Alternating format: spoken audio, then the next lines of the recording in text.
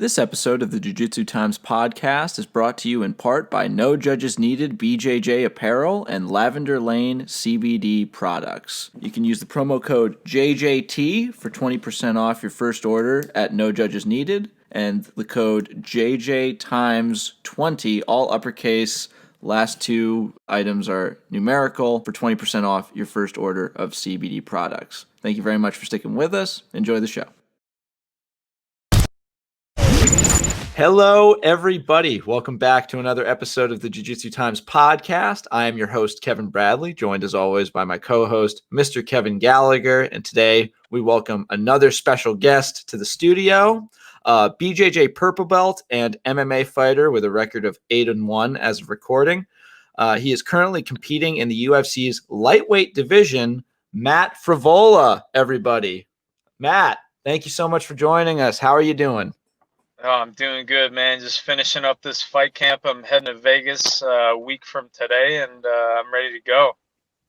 Well, that's definitely something I'm always waiting for when we have an MMA fighter come on and I ask if they're ready for the next fight and they just go, no, I'm kind of iffy on it. I'm not ready to go. I'm not feeling it. It's funny. Correct me if you're wrong, Maddie, because we always Billy and I always laugh about that a little bit. It's kind of the thing you ask a fighter, how you feeling? Yeah. You getting ready? And it's like, man, I feel like dog shit. Like I'm getting ready for a fight. Like I'm eating like a handful of peas and a chicken breast, and people are trying to kill me for the last 3 weeks. Yeah, am I ready? I'm ready. But please leave me alone. I don't really want to talk about this. I'm forced to do Yahoo with you two Yahoos, and it's just like, what am I doing, man? My neck hurts. Shit. Yeah, man, it's a tough ride, but I'd rather be doing this than working some other jobs. So I'm happy about it.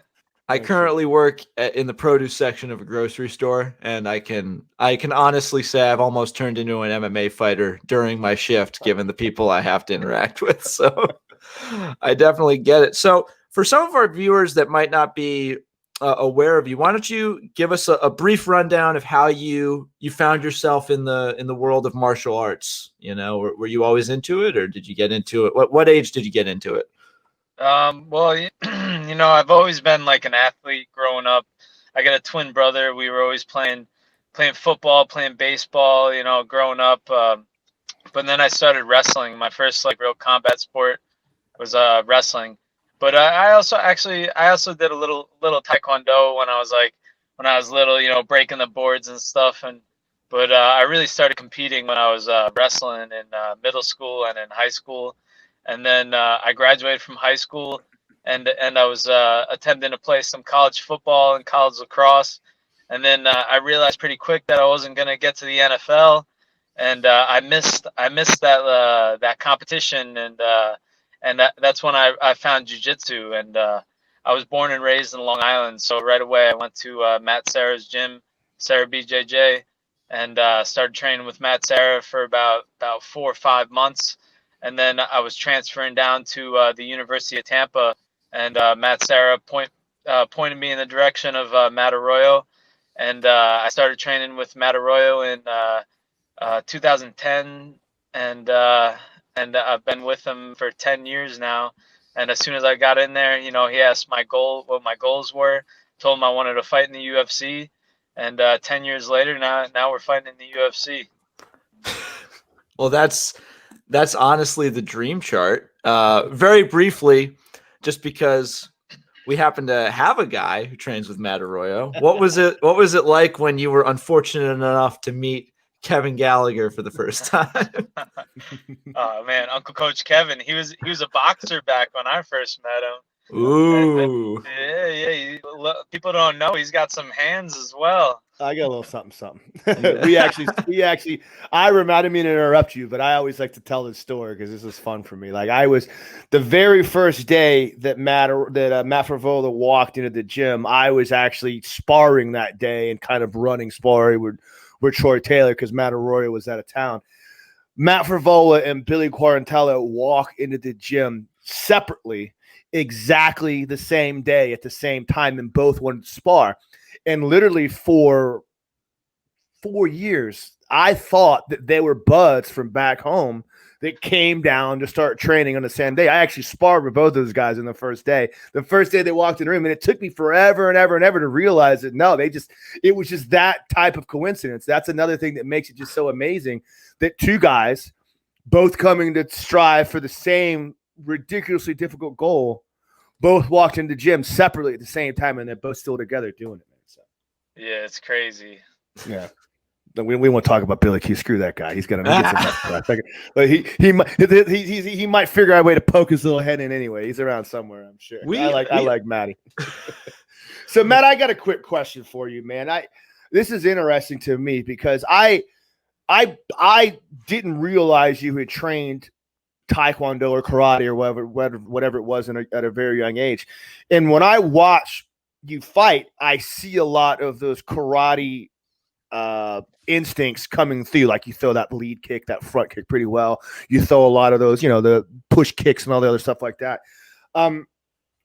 So karate gets this kind of misconception that it's not really, it's kind of not necessarily worthless, but it's not really user friendly in terms of like self-defense or for fighting. And I think the reason being is because, you don't spar, you can't spar karate in a full tilt and all that stuff. Do you feel like because you've been sparring MMA and because you've been doing jiu-jitsu, which are more inclusive in full tilt sparring, that you've realized, hey, well, now that I understand how to make things work in real time, I can go back and say, wait a minute, this karate stuff might actually have its place if I find a place to put it in there? Oh yeah, as soon as I started striking, I started as a grappler, a wrestler, and then did jiu-jitsu, and then as soon as I started striking and I started throwing kicks, right away my kicks were feeling fluent, and then I was like, well, I did do about like 3-4 years of Taekwondo when I was like 5-6 years old. So I think those, that even that little bit of Taekwondo I did when I was young. The instincts just came back with my kicks. My kicks were more fluent, and it's all just it's martial arts training and being able to take little aspects of each martial art and put it together to make your own mixed martial artist in the cage is one of my favorite things about being a MMA fighter. Yeah, I hear that a lot, and I see a lot of people that have taken stuff like karate in the past, and then when they kind of get to a point where they're like, oh, like no martial art is useless. I wrote an article about this a little while ago about the idea that martial arts are great for whatever they're intended for. It's just the idea that you don't get to practice them in real time. So now when you start to learn how to put things into real time, you can start to see that, wow, like these karate kicks are actually pretty useful as long as you figure out how to time them and put them in perspective and things like that. Just look at Wonder Boy. Yeah, exactly. 100%, man. One of the most highlight reel generating fighters, like I think of all time. Just his kicks are just so stupid. It annoys me how like in the Matrix he seems to be a lot of the time. Man. Yeah, he was good, Kev. Yeah. I just had a question about jiu-jitsu specifically. Now, Matt, you got your purple belt, correct? Yes. Now, I think that's really interesting because for a lot of MMA fighters, they're so busy learning everything all the time and having to combine skills that they don't devote enough time to really gain rank past blue belt, really, in jiu-jitsu. What made you devote maybe a little bit more time than is average to get that rank? I always go through phases. When I have a fight coming, it's always I'm focused on the fight. I'm focused on putting everything together. But then after the fight, I'll go through like a jiu-jitsu kick where I want to put on the gi and I want to compete and I'll make sure I'm doing jiu-jitsu every day. Or I'll go on a Muay Thai kick where I want to go out to Thailand and train in the motherland out there. Or I kind of go through phases, and that's why the martial arts is so fun. Or I'll go through a wrestling kick, but I feel like you definitely do need to focus on each aspect. But I was always a grappler at heart, and I love jiu-jitsu and competing in jiu-jitsu. I competed in jiu-jitsu before I ever fought. And it kind of reminded me of the wrestling tournaments, with the takedowns for 2 points and then the pass on the guard for 3 points, and then a submission ends it. I always hated wrestling during wrestling season. I just hated like the cutting weight and all that, but I loved like taking people down and slamming people and all that. And then the jiu-jitsu and the grappling is, you still have those takedowns, you still have those slams, but once it hits the ground, you get to choke someone, or you get to try to break their arm. And I just love that. I think that's so much funner than trying to pin someone on the ground, If you'll permit me a moment, I just love the fact that you're like, man, I hate like in wrestling, I hate the dieting and the cutting weight. So you know what I'm gonna do? I'm gonna be an MMA fighter where I'll never have to do either of those two things ever again. Dude, I wrestled in high school at 160 pounds, and that was like 12 years ago, and now I'm fighting at 155 pounds. Yeah. Maddie is a professional in the regards that, like, there are many times when I see Maddie at the beginning of a camp where I am concerned, and across the board, no matter what, because Maddie enjoys his time off, and we'll leave it at that. When he's not in fight camp, which I can tell you as someone that can relate to that, I don't discount that. As long as you don't go out and completely lie dormant for 3-4 months, 5 months, and come back and expect to you're doing something. But I'm all about, hey, you know what? You go through a 6-week fight camp, you got a horrible fight, you got a hard fight. Go out and live life for a little bit. Get kind of reconnected to who you are and realize that this isn't just a grind constantly, because it's going to make you fresher and ready to go. But that being said, I've never, ever, ever once been concerned about Matt making weight. You're a constant professional. You know what you got to do, and you get it done, man. Listen, Uncle Coach Kevin over here might know me as the cream roller. The cream roller. As the cream roller. Usually by about week 2, though, that guy's gone. So I am so disgusted with how quick you sold your boy up a river there. Like, I love Matt, but he enjoys his time off. Well, let's talk. This degenerate goes so hard. It's all part of the process. You got to enjoy the ride. I'm so disciplined right now. I'm training hard. I'm eating right. I'm taking care of my body. I'm doing everything. This is my first rodeo. I know what I got to do to prepare for the fight, and I do it. I have no shortcuts. I do everything I need to do to prepare for this fight, and then after that fight, hell yeah, I'm gonna celebrate. I'm gonna eat everything. I'm gonna have a great time, and that's all part of my process. What is your go-to, like, I'm gonna be a fat boy meal? Like, I'm done cutting weight. I'm fine. Just, I won the fight. What are you going to? I'm gonna have a Sinelli's pizza waiting for me when I get home. A grandma's pie, and that's my fiance. Her family owns a pizzeria, so it's. You are freaking good. I like her even more. I always loved her. Now I like her even more. You are marrying well, Mr. Frevola. Good choice. She'll have that pie for me, and then the next morning I'll go and get like 3 bacon, egg, and cheeses, and I'll eat one on the car ride home, and then I'll eat the other 2 when I get home. We talked about that over breakfast the other day. Like, it's fun. It's fun for me to talk to fighters when they're cutting weight, because I can see it in their eyes. Like, they're struggling, they're having a hard time, but they know what they got to do. But the things that keep them motivated are the afters. It's like, man, you know what? While I'm eating this bowl of brown rice and 2 freaking two almonds and maybe a hard-boiled egg, I'm totally imagining that it's the double cheeseburgers that I'm going to eat as soon as I get through this damn fight. And so you can see a little twinkle in their eye, the memory. Oh man, that's what puts me at peace. I know no matter what happens, after this fight, I'm going to be eating a pizza pie and having a couple of bacon, egg, and cheeses. So we talked a lot about, again, we're talking a lot about the training that you guys put in for an MMA fight, and it's off the chart. Like. First of all, I want you to tell me what a week in the life of Matt Frevola is like. And then I want you to kind of get into the idea of, part of like the fighting is kind of the easy part. When you get in the cage, like, and you go in and do a fight, like, that's That's the fun part. That's like, hey, when we're here, this is awesome. I get to go out in the lights and perform. But like, is there a part of you that kind of enjoys the grind, that kind of embraces that you love that like dirt and grit and pushing yourself and coming in there and tasting your own blood and all the other shit like that? Oh yeah, you gotta love it, and if you don't love it, those guys get weeded out pretty quick.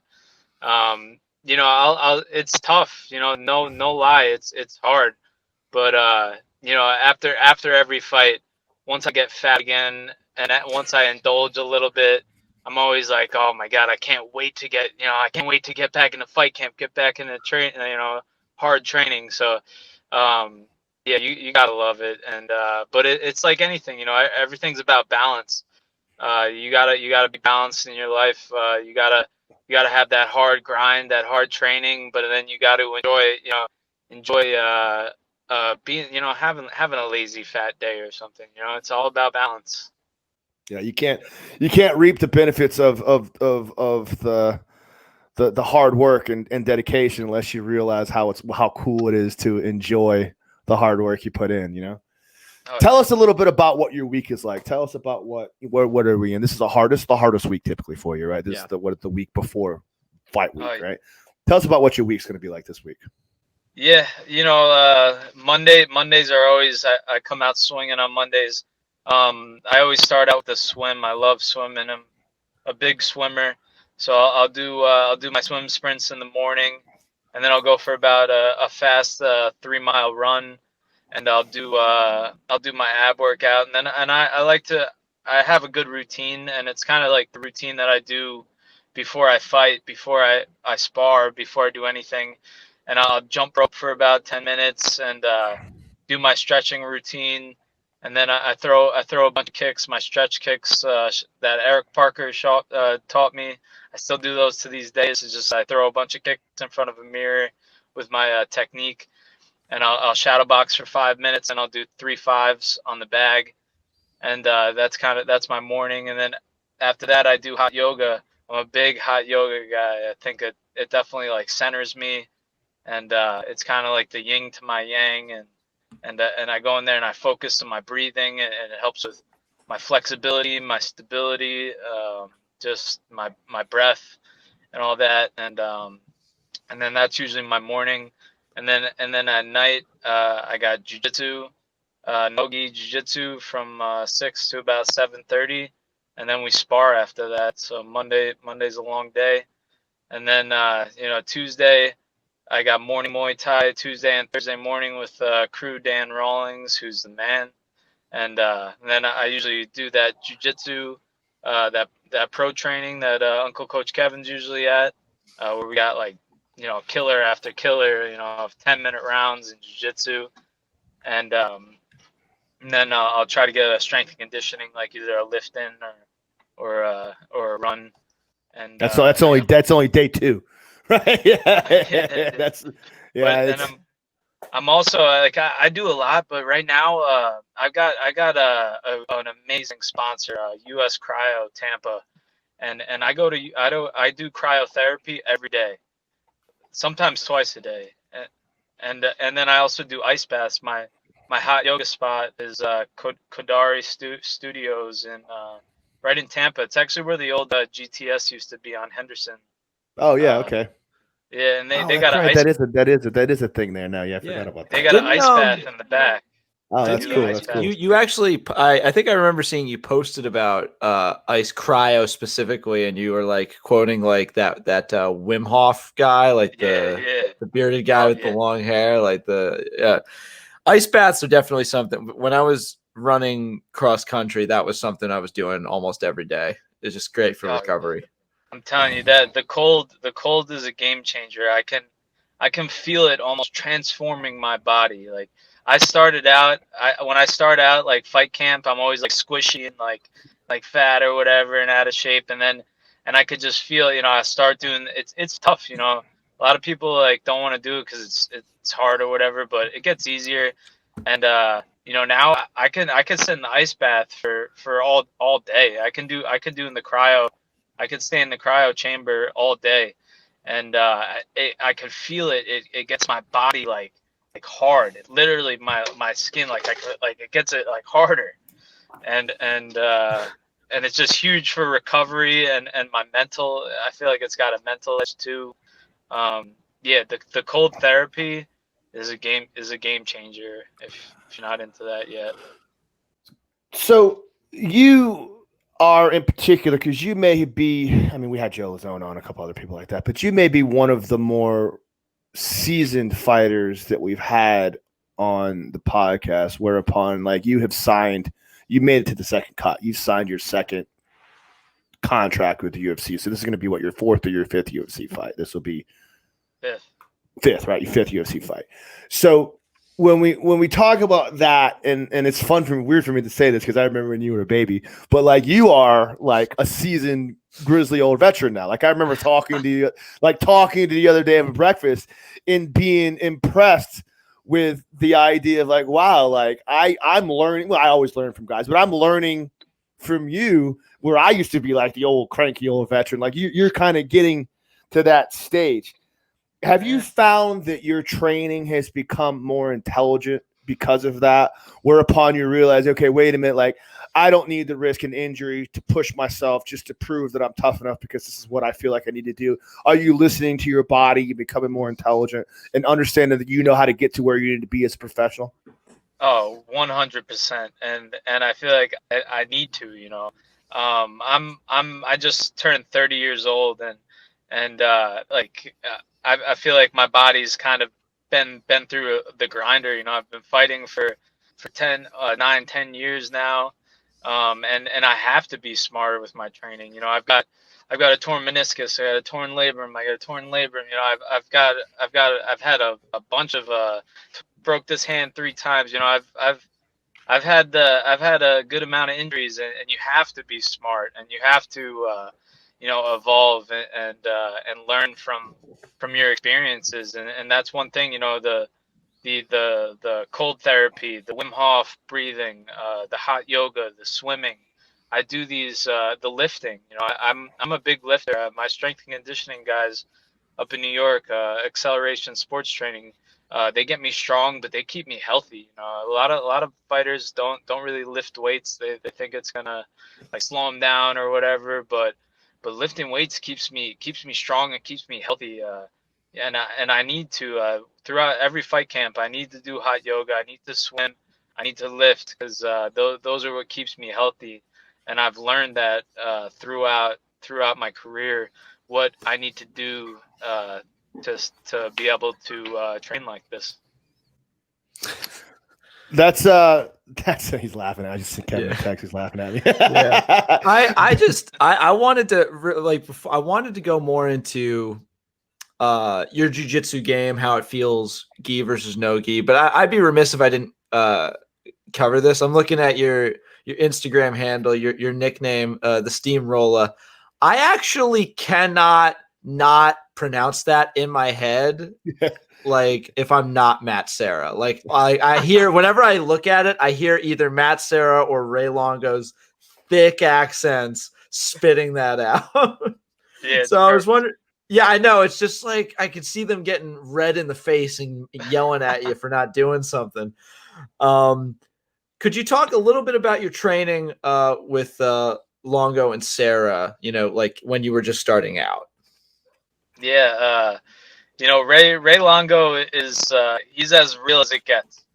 You know, when he brings you under his wing, it's your family with him. You know, he doesn't, you know, he'll look after you like you're his son, and that's how I feel, you know, with him. And you know, I don't think there's anybody better to have with you than Ray. You know, he's been so many years in the game. And then Sarah, you know, every time I'm at Sarah BJJ, you know, I do jiu-jitsu there 2-3 times a week, usually when I'm up there during camp.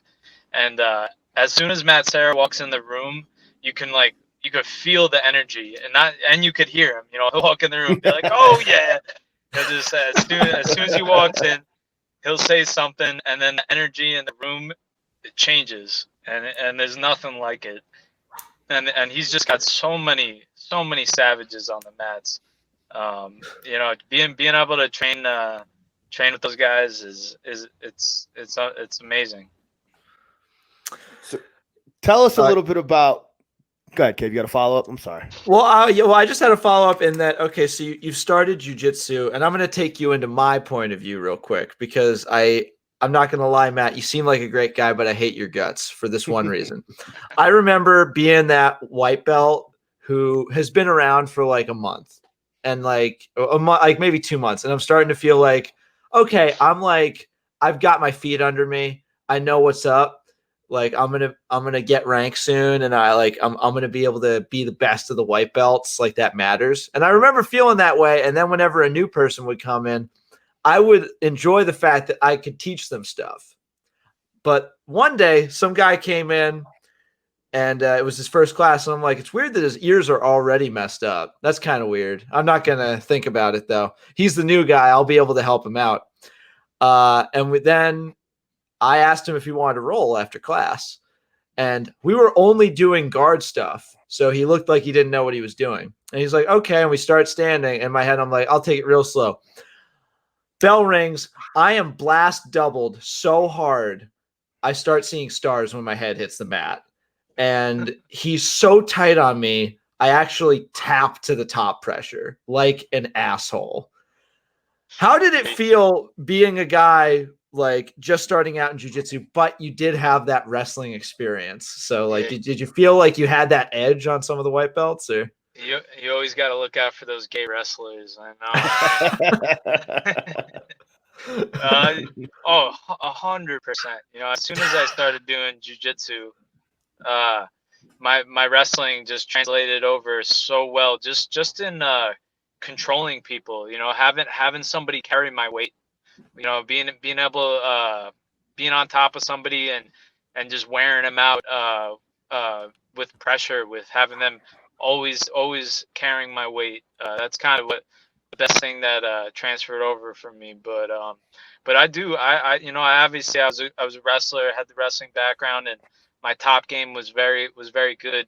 But I remember when I first started out, I took like a couple months where every single roll I did, you know, I would slap hands and I go right to my butt because I had to work my guard. I had to get it took a little while for me to get comfortable off my back and get, you know, the real jiu-jitsu in me, you know, instead of just a glorified wrestler, which is what we like to call him. Yeah, that's what I always tell wrestlers in general. Like, it's difficult for them to learn how to work off their back because it's so counterintuitive. Everything they know to be on their back, everything's getting back up their knees again.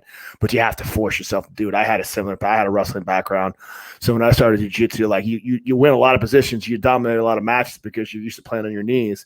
But that's not everything, because there's going to be guys out there that can sweep you. There's going to be guys out there that can take you down. And now when you're on your back, you're like, what the hell do I do here? You just have to learn to be competent. It's a good advice for those young, dominant blue belts that might have wrestling backgrounds. Dial it back a little bit, go to your butt and learn to work off your butt. It's going to make your jiu-jitsu so much better.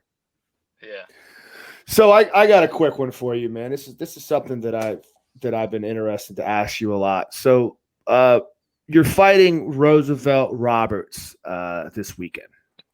And Roosevelt has been quite boisterous in his talking about calling you out. He's pretty obviously excited about fighting you and wants the world to know that I'm going against Matt Frevola, called you out, said you ducked him, whatever guys do to sell fights. One thing that I notice about you in particular is that, you know, a lot of guys, when they do those things, they're doing things like that, not just to promote a fight, but to find some kind of a reason to motivate themselves to go out there and do the things they do. Because getting in a cage and fighting someone's difficult. Like, it's hard. You got to dig deep. You know, there's a frightening process. There's fear.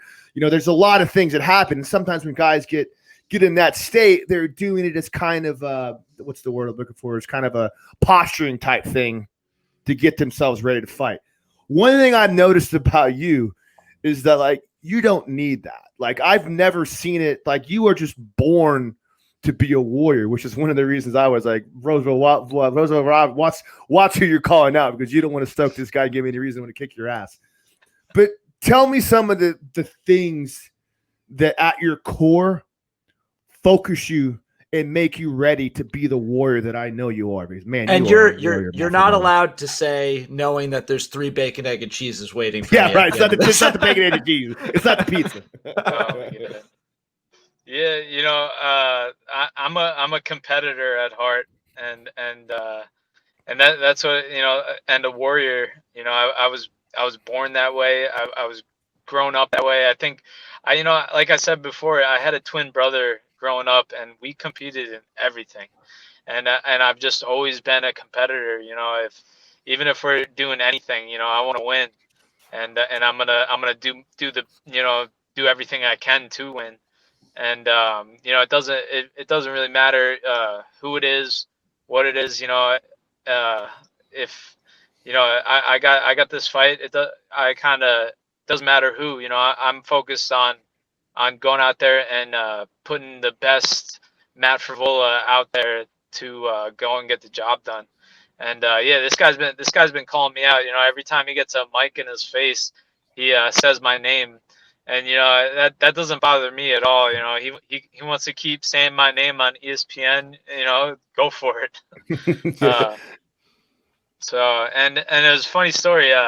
So Billy Q's last fight, I was out there with him, and Roosevelt fought on that same card. He fought Brock Weaver, and I saw him, and we're in the like the lobby as soon as I get there. And then Roosevelt walks in, and like I was like pretty sure it was him, but everyone's had masks on, you know. But then like I start walking up to him, and I'm like, all right, yeah, that's him. And then we start like walking up to each other, and then all the UFC all the UFC staff like run over to us, thinking we're gonna like scrap in the middle of the lobby or whatever. And then I just talked to him. He's like, yo, man, because we were supposed to fight in April, Right. and that fight got canceled. And then Billy Q got rebooked, and Roosevelt got rebooked, and I didn't get rebooked yet because I wasn't able to train up in New York as much as I needed to.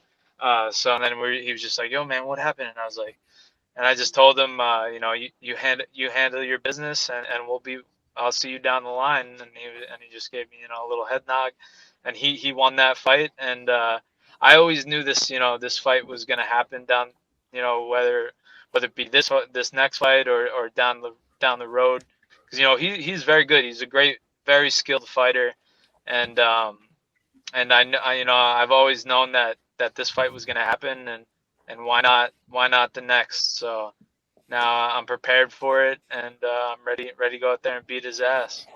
I would actually, I would love to talk about your preparation for a second. That's cool, just because, you know, you're a very accomplished purple belt. You've got the wrestling background, and Roosevelt, of his 10 wins, half of them have come by submission. So is a lot of your preparation more jiu-jitsu centered than it might have normally been, or is it all the same, like not changing much?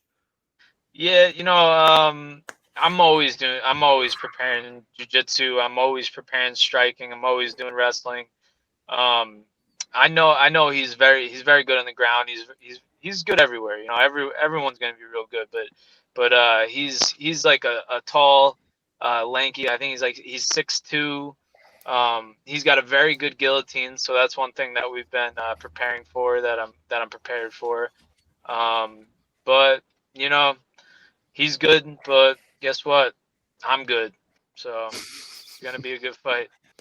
Kevin Gallagher, is Matt Frevola good? Just I tell you, man. You know, Maddie's not going to tell you, but I'll tell you. Like, you know, Maddie took some time off to serve our country and serve his country when he went into the reserves and he went into the military. So, like, that purple belt he has, you know, should be way, way higher ranked than what it is, just based upon the time he's been training. And thank you for your service, Mr. Matt Frevola. I really appreciate that on a very, you know, very real note. But like, the idea is like, you know, he is 100% legit. When I roll with Matt, when I see him across the room, there's a part of me that says, fuck, like, I'm going to roll with Matt because he's looking at me and we made eye contact. I'm not going to enjoy this because if the fucker catches me, I'm never going to hear the end of it. So I have to fight hard. I can't allow him to submit me because that would just be, just like Maddie, I have that little crazy little warrior fighter side inside of me too. But man, is it 100% hell on earth every time I roll with this kid? Fuck yeah, it is. He's a next level athlete and like a professional UFC fighter. So I have a quick one for you, Matt. Let me find out where I circled here. I got my little list of shit I write down to ask you questions about. When we had lunch the other day, we were talking about some things, and I just like I said that we were talking about Roosevelt and your upcoming fight, and I was saying, he's super tough. And he looked at me and he said something that I thought really kind of resonated with me. He's like, Coach Kevin, like when you're fighting at the level that I'm fighting at, everybody's tough. You have to. There's no easy fights. And when I say that, I said obviously when you get to the UFC, everybody's good. But when you get to that next level, when you're getting to that second contract, when you're starting to weed out the guys that maybe they made it, but maybe they just weren't really 100% ready for it yet, or maybe they weren't really as good as they thought they could have been, or they never panned out. Blah blah blah blah blah. But when you're starting to work towards getting ranked and you're starting to work towards moving up the ladder, like how much difference in your recognition is the competition level when you start to go up there, when you say those guys are all good like that? Yeah, I think you're definitely right. I'm pretty sure Roosevelt has like about 6 or 7 UFC fights under his belt, and this will be my 5th fight. And I think once you get past those UFC debut or 1-2 fights in the UFC, because a lot of guys go in there, they have their UFC debut, they lose, and then they lose their second fight, boom, they're cut. So that's once you get that second contract, I think you kind of establish yourself in the UFC, right around 4 or 5 fights, and then you've been there before. You kind of don't have those octagon jitters. The process. The fight week. You're checking in. The process, and it's you've been there before, and I think that definitely it just comes with anything. It's with more experience, you get more comfortable, and you feel at home in the octagon, and that's where I'm at, and that's where he's at. That's what's gonna make this fight so exciting. Yeah, man, that's cool, man. I think about that a lot, and I think about just like what you said, the idea of comfort, the idea of like you've been there, you've done this, you understand all of there's not many curveballs that could be thrown your way at this point that would throw you off of your game. Everything that could have happened by this point has happened to you in one way or another to kind of screw up your train of thought, to screw up your routine, to screw up everything you have to think about. In that regard, I got one more follow-up question for you, then I'll let Kevin talk maybe. So we talked about you being the veteran, being around for a while. Do you still get nervous? Is there still a part of you that you still kind of have those fears that you have to kind of beat back and you have to kind of put in your pocket and say, all right, man, like, yeah, I've got my like what's his name? Donald Cerrone says when he did his little video, I got this voice in my head telling me I'm a bitch, I'm this, I'm that. Like, I don't need you to talk to me. I got my own problems fucking with me. Like, is there still that little voice in your head that messes with you and tells you, man, why are you doing this? What's going on? How the fear? Yeah. I'd be lying if I told you no. I think that, but the thing is when you experience, when you've done this, I know it. I know it's going to be there. It's always going to be there. But through my hard work breeds my confidence. And that's always what I say. Every single fight I've taken, I put the work in. I know I put the work in. I know I'm prepared, and I know I'm ready.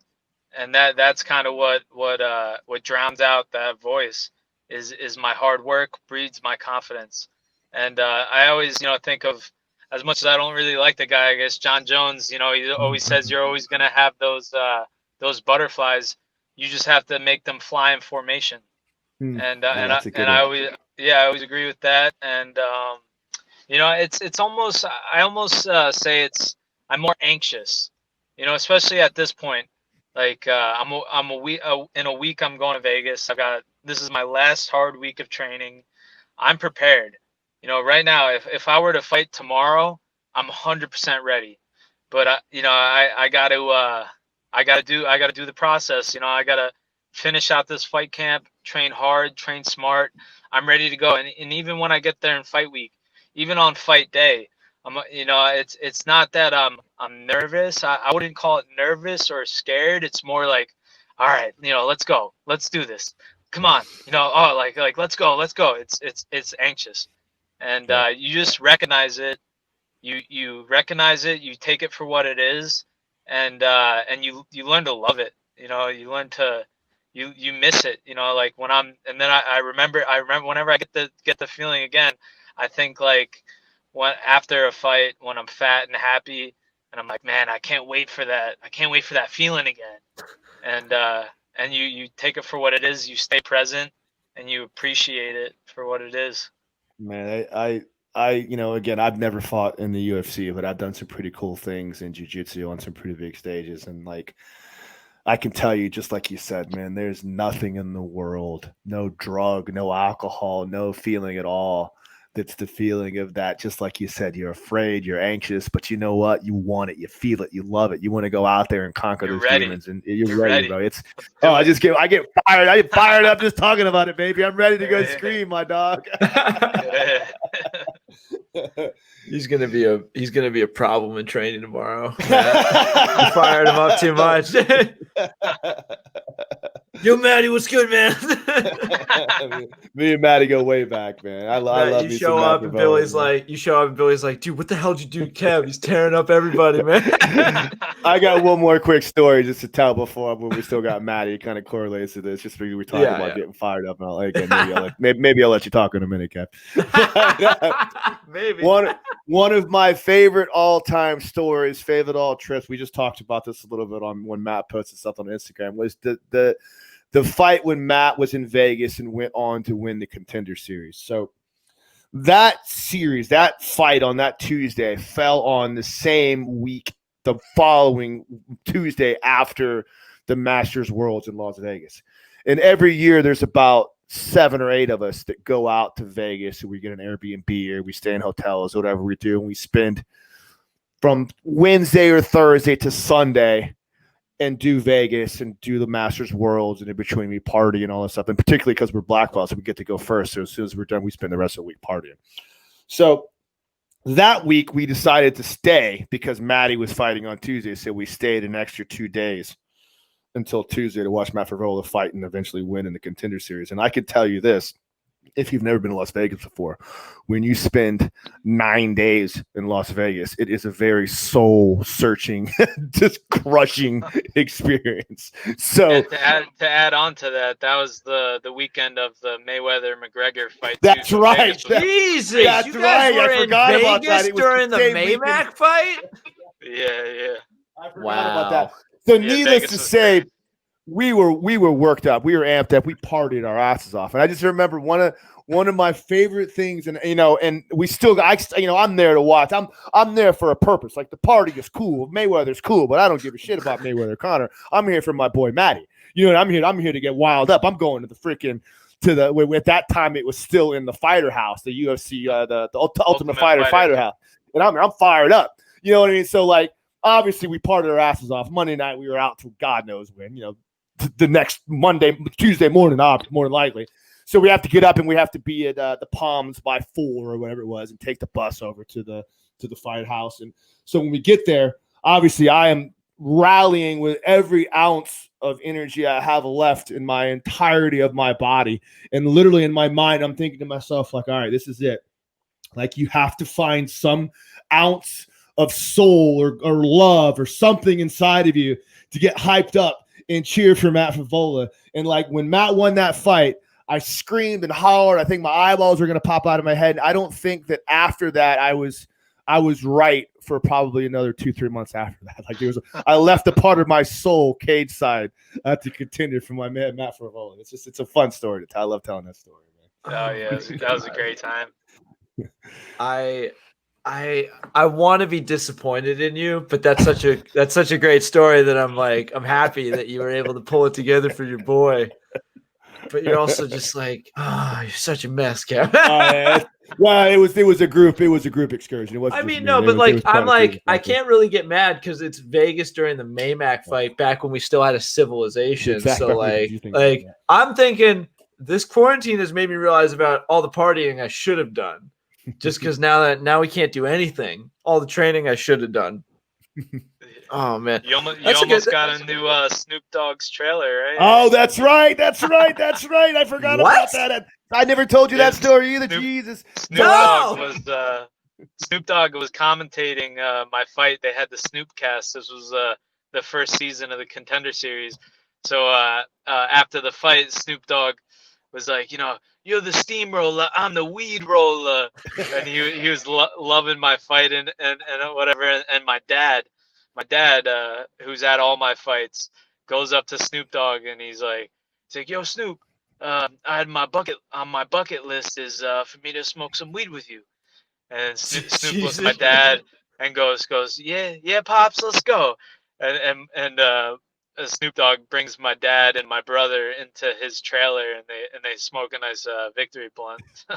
The version of that story, my version of that story, real quick, is like as I see all of this happening as it's starting to unfold, and I'm literally Matt Frevola's dad, Matt Frevola's brother, and me in line. And as I'm trying to pretend like I'm supposed to be there to walk up into the trailer, I see Matt Frevola's dad go in, I see Matt Frevola's brother go in, and then I see an arm come right in front of me, which is Snoop Dogg's security guard. And I look at him like, please. And he looks at me and goes, nope, it ain't gonna happen. So I missed by one man my chance to smoke a blunt with Snoop Dogg. So. Oh my God! Wait. So Matt, did your dad smoke Snoop out?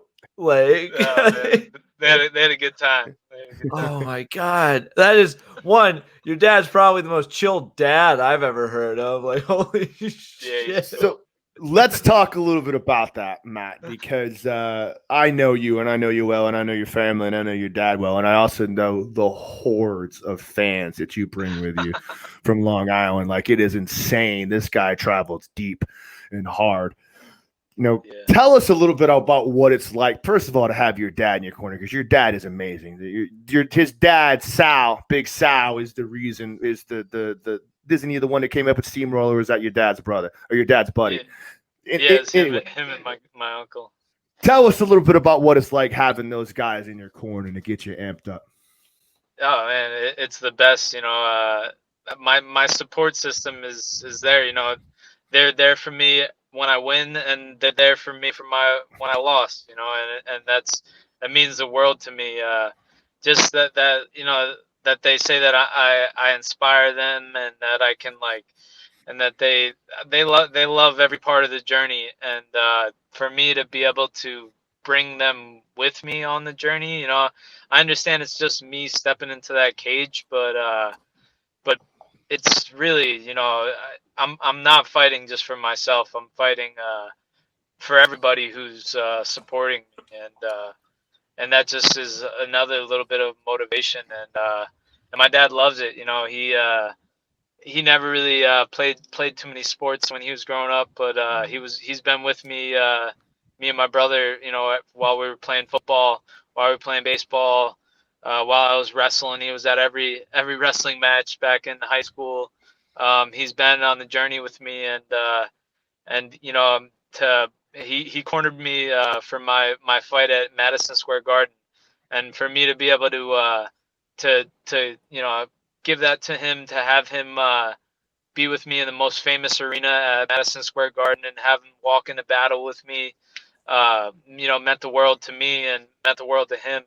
And then to go out there and put on an epic fight, which I did, it makes everything that I do, worth it. Yeah, man. Is there a part of you that, like, because I know I do when I'm competing, there's a part of me like that, athletes always looking for any kind of edge they can get, especially in a sport like fucking MMA or jiu-jitsu or whatever kind of hand-to-hand combat shit. Like your mind goes to dark places. There's moments when you're telling yourself, I should just quit. Why am I doing this for? Like what's going on? I mean, do you use the fact that like you have all of these people there in your corner, all these people that are there, does that like drive you? Does that make you strong? Do you look to dig into that and channel that when you're in those dark places? 100%. I'll always hear him cheering for me, telling me to push it, and I'll hear his voice out of any crowd. And even this next fight, he won't be there, but I'll hear him. Yeah. I lost my father about 5-6 years ago, and it's very similar circumstances. Like I freaking, he was there at all my wrestling matches, there, my boxing matches. He was always there, and I could always hear him. He was like my number one fan, one of my best friend in the world. And like he wasn't alive when I won the world, so he wasn't there when I started doing really cool stuff with jiu-jitsu competitions. But like, there's a part of me that still to this day feels him in my head and knows he's there to watch him. I wear his little St. Jude medal around my neck every time I compete. I take it off, I give it a little kiss, and I say, "Hey, Dad, make me strong." You know what I mean? Like, it's got make you a little teary thinking about it. But it's something, man. He had the best seat in the house. Yeah, 100%, man, 100%. Well, cool, man. Kev, you got anything else you want to hit him up with, man? Real quick, I just that was a beautiful story, and I have enough Catholic school education in me to remember this. Do you know what St. Jude is the patron saint of? St. Jude is the patron saint of hopeless causes. Hopeless causes, baby. That's why I got a St. Jude tattoo right here in my arm, my man. Oh, yeah. I have a question, but real quick, I just wanted to check and see. This is your brother smoking with Snoop Dogg. It's just Kev, that's supposed to be me. I know you missed it. It could have been you. I am right there. Like this, man. I'm on the other side of that door. I think I can hear you banging on the door. Let me in, Snoop. This is once in a lifetime. I just wanted to say I found that your brother. So you know, we're not making that up.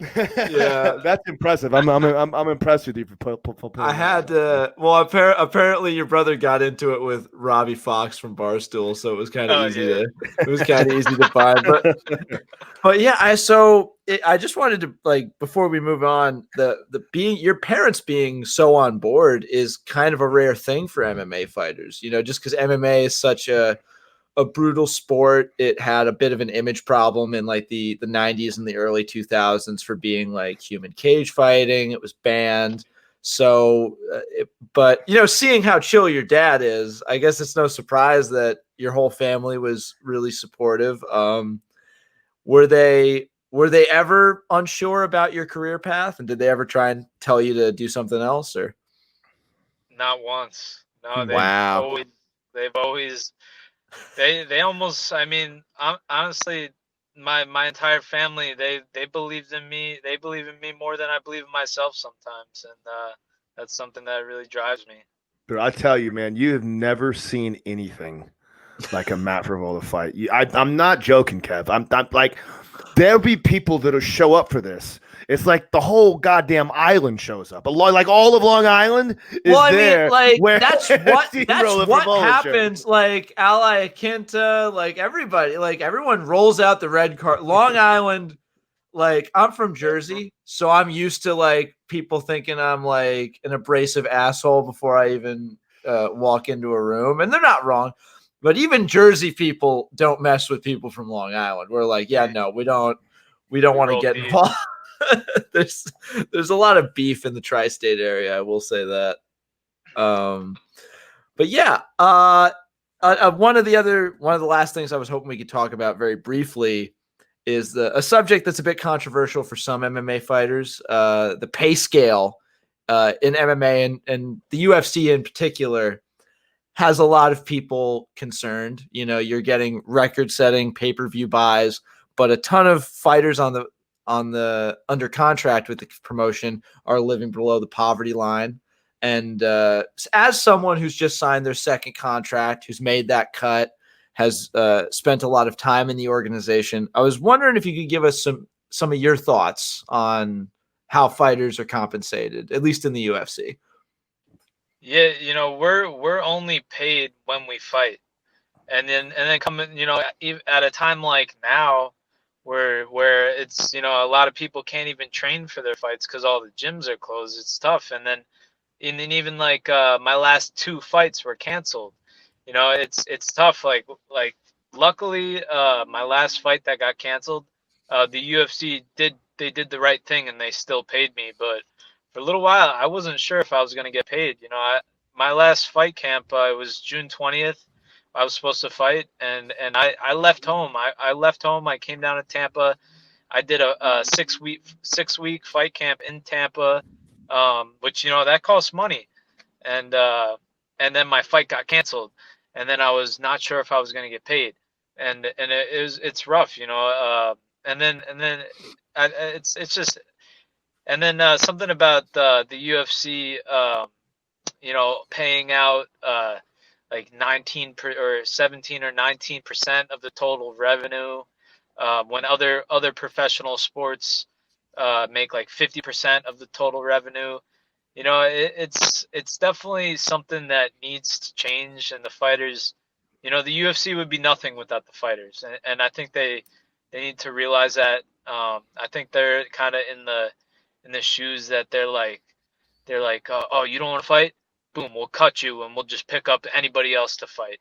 And I mean, that's not right. I think they need to appreciate the fighters more, and we need to get paid like these other professional sports get paid. And hopefully that happens soon. Hopefully that change happens soon. It happens soon, but I don't think it's gonna happen without a fighters union, and who the fuck knows how that's gonna happen. So. Yeah, I think about that too, Matt, and you know, I think a lot about, you know, the aspects of what professional fighting is, and like, you know, professional fighters from boxing all the way down, like you get real good money for the payday when you fight sometimes, you know what I mean? I'm sure you're getting paid well for your fights.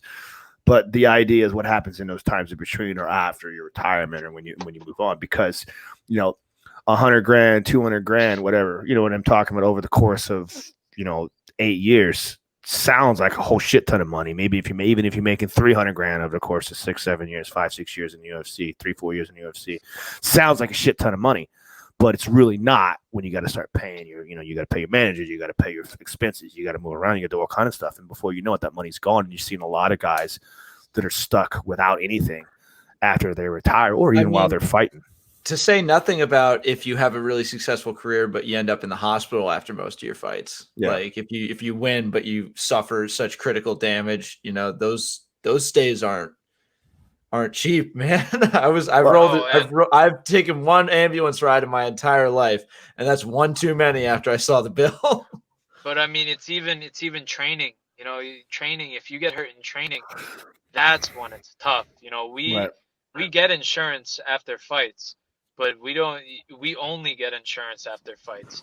You know, if I get hurt in training, UFC ain't covering it. They're not covering that. If I get hurt in training, I got to suck it up, train through, you know, like do what I got to do to heal. And then I got to make it to the fight. And then after I fight, I tell them my injury, you know, and then I can get covered. Right. That's the truth, man. It's a shitty setup, man. And it's based upon the old school idea of like, well, fighters never fall. You're a boxer. You're not an athlete. We don't have you. You know, when you were back in the old days of professional fighting, there wasn't any kind of contractual obligations like you do with the UFC. When you're a fighter in the UFC, you fight for the UFC. It's not like you can say, well, I'm going to go fight for somewhere else. I'm going to go fight somewhere else. You can say, okay, well, fuck you, you're cut now, right? So like if they're going to hold you those contracts and then to keep you in line for what they want, they should be giving you insurance. They should be giving you some kind of, I'm a firm believer in like when you're fighting for the UFC, when you're under contract for the UFC, you should be getting 50 grand a year, 45 grand a year, 100 grand a year as your salary. Then bonuses on top of that are for your fight pay. That's just my opinion on the matter. And then when you get cut, you get cut. But when you're contractually obligated by the UFC, they should be making sure that you don't have to work a side job or you don't have to figure out a way to pay to go train somewhere else if you need to train, or if you get hurt while you're training, they should be able to take care of you because of that. Yeah, definitely. And you know, things have been, you know, getting better, but I don't really think there's going to be any real change until you see a fighters union. But I mean, that's just a whole nother thing. anytime like a fighters union even like gets started, Dana White will like just cut anybody who's like right, exactly associated with it, just cleans it up quick. But it's, Uncle Dana he does not have time for a union. He ain't messing with no unions. Hopefully he doesn't like listen to the Jiu-Jitsu Times I can already feel Matt Arroyo sending me a text. Not gonna lie, that would be the biggest for me. I would feel bad for you. It would be the biggest feather in my cap if we got Dana White mad because we were talking about a union. And I do agree. It's ridiculous that these are athletes operating at the bleeding edge of a sport, at the bleeding edge of martial arts and combatives as we know them. And yet you got guys like, as hilarious as it is for Al Iaquinta to be such a good fighter and also a real estate agent on the side, that's alarming. You never hear about, obviously top 10.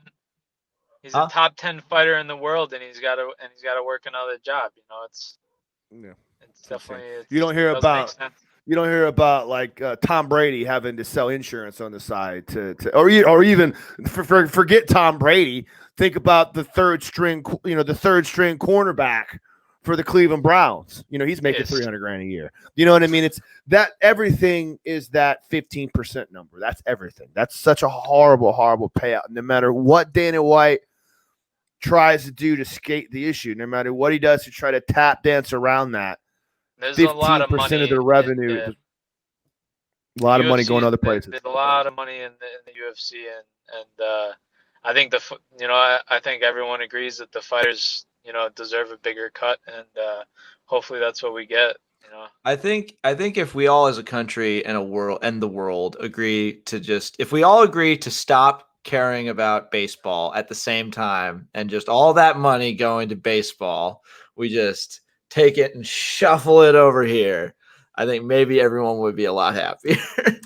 Like, let's just get a bunch of guys. Like, all these guys are kind of sitting and maybe hitting the ball if they're good, or if they don't, and then they're running unless they get tagged, and so the game's over. Let's just take all that money. Like, we'll give you the AAA, we'll give you the farm team, we'll give you a little diamond, that then we move all that money over here. And I've successfully gotten a lot of baseball fans mad at me, but I don't. Well, care. You also look like MMA is still in the infancy of the sport, compared to other sports, and it's moving in the right direction. And I'm just hoping that it keeps moving that way faster, I guess. It just breaks my heart a lot to see guys and know what I know about fighting and being around this sport for as long as I have. It's the hardest sport in the world, and we get paid the worst. Yeah, and I mean, I see so many old boxers that are broken down and beaten up that, like, thought they made it XYZ, they went pretty far, and now they're fucking doing horse shit to try to make money. That is a great sound bite from Matt Frevola. It's the hardest sport in the world for pay, son. Yeah, right. We're paid the worst. But don't cut any of these promos. No, we wouldn't dream of it. Well, actually, I mean those the jiu-jitsu guys, they have a tough time getting paid too. I was we've got to. Yeah, unless you're Gordon Ryan and Andre Galvao. Yeah, we've got to we got to wrap this up just because I've got to go run to my my other job. You got to make sure your bananas are good. Got to stroke them bananas, like someone's got to do it. I was actually as a last little question, we've seen a lot of UFC fighters transition or MMA fighters dabble in submission grappling and jiu-jitsu competitions on the side. A lot of guys go to Submission Underground. Some go to like Polaris and Quintet famously. Do you have any desire to dip your toe into that realm? And if so, are there any matchups from the jiu-jitsu world that you would love to make happen?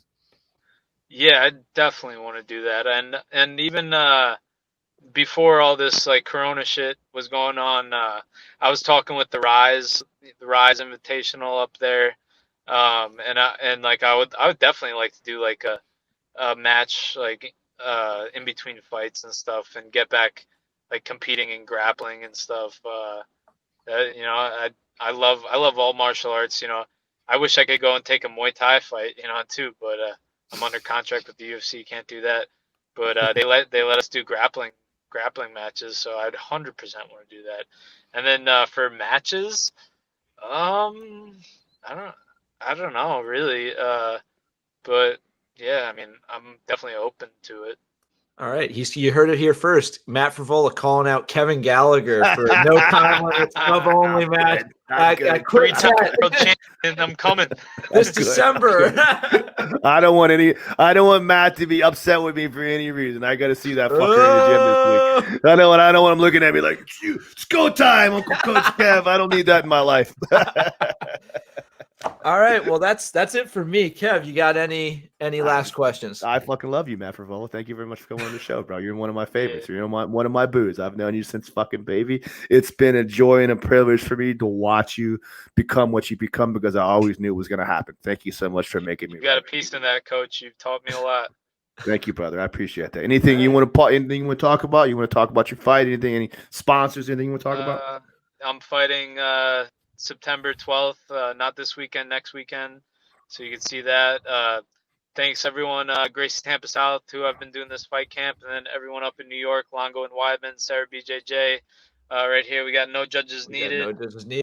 Remember, Judges Needed. We are also a sponsor of No Judges Needed, and go ahead and use that promo code JJT at checkout for 20% off. Let them know we sent you. We love No Judges Needed. They're our day ones. Yeah. They're our boys.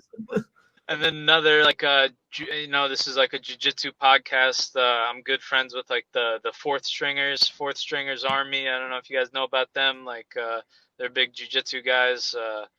Fabian and I guess a bunch of whenever you see like a fourth stringer, rash guard, those are my boys. And they're always competing and stuff. So yeah, I guess that's it. Dope, man. All right. Well, Matt, thank you so much. This has been another episode of the Jiu-Jitsu Times podcast. I have been your host, Kevin Bradley, joined as always by my co-host, Mr. Kevin Gallagher, and UFC fighter Matt Frevola. Be sure to check out his match September 12th. It is sure to be a barn burner. Matt, thanks once again for coming on the show. And in the meantime, all of you listeners out there, stay safe, stay healthy, and remember to love each other. We'll see you next time. See you guys. Take it easy, man. Peace.